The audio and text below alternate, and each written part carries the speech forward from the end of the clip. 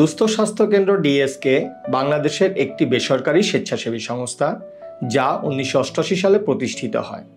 35 বছরেরও বেশি সময় ধরে এই সংস্থাটি দারিদ্র্য বিমোচনের লক্ষ্যে বাংলাদেশের শহর ও গ্রাম অঞ্চলে বিভিন্ন উন্নয়ন কর্মসূচি বাস্তবায়ন করে আসছে।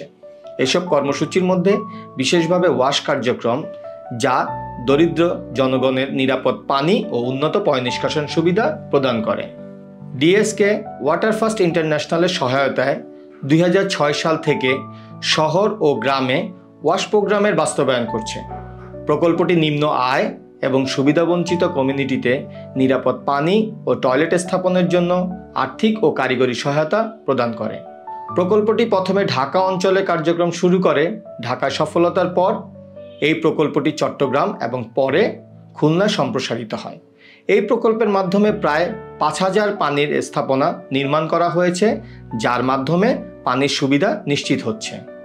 স্থানীয় জনগোষ্ঠী কর্তৃক জরিপের ও বিভিন্ন তথ্যের ভিত্তিতে জানা যায়, কমিউনিটি পর্যায়ে মানুষজন হ্যান্ডপাম্প বা শেয়ার করা পানি বিতরণ পয়েন্টের পরিবর্তে পাইপ ওয়াটার নেটওয়ার্ক সিস্টেম বেশি পছন্দ করে।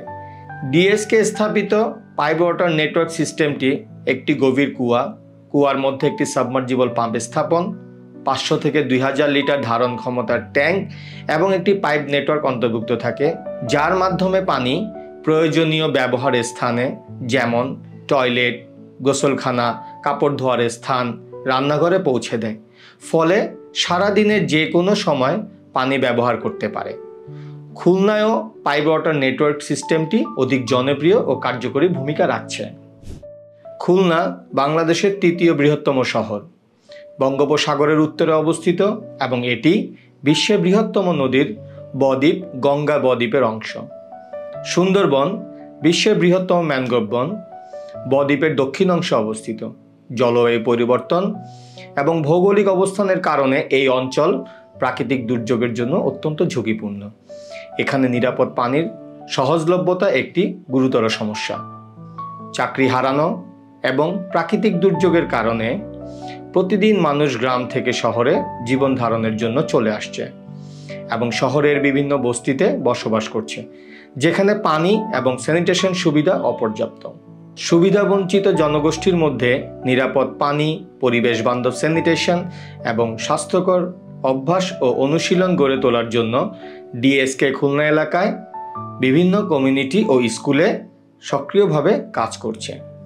2014 সালে যখন ওয়াটার ফার্স্ট ইন্টারন্যাশনাল প্রকল্পের ওয়াশ কার্যক্রম খুলনায় শুরু হয়, তখন বেশিরভাগ ব্যবহারকারী এবং বাড়ির মালিকেরা পাইপ ওয়াটার নেটওয়ার্ক সিস্টেমের পরিবর্তে হ্যান্ডপাম্প ব্যবহারে অভ্যস্ত ছিলেন, কারণ তারা পাইপ ওয়াটার নেটওয়ার্কের সুবিধা ও অসুবিধা বিষয়ে জানতেন না।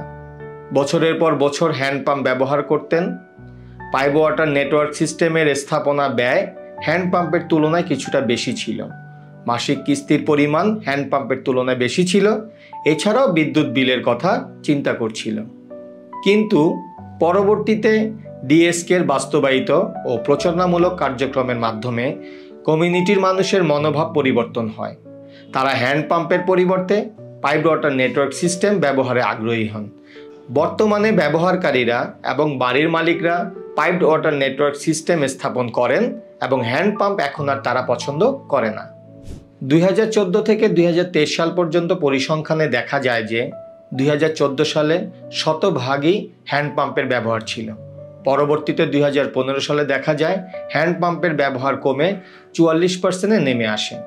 2016 সালে এর ব্যবহার ছিল 49%, 2017 সালে 37%, 2018 সালে 25%, 2019 সালে 17%, 2020 সালে 21%, 2021 সালে 12%, 2022 ও 2023-এ 7%-এ নেমে আসে। অপরদিকে 2015 সালে হ্যান্ডপাম্পের পরিবর্তে পাইপ ওয়াটার নেটওয়ার্ক সিস্টেম স্থাপন 56% বৃদ্ধি পায়।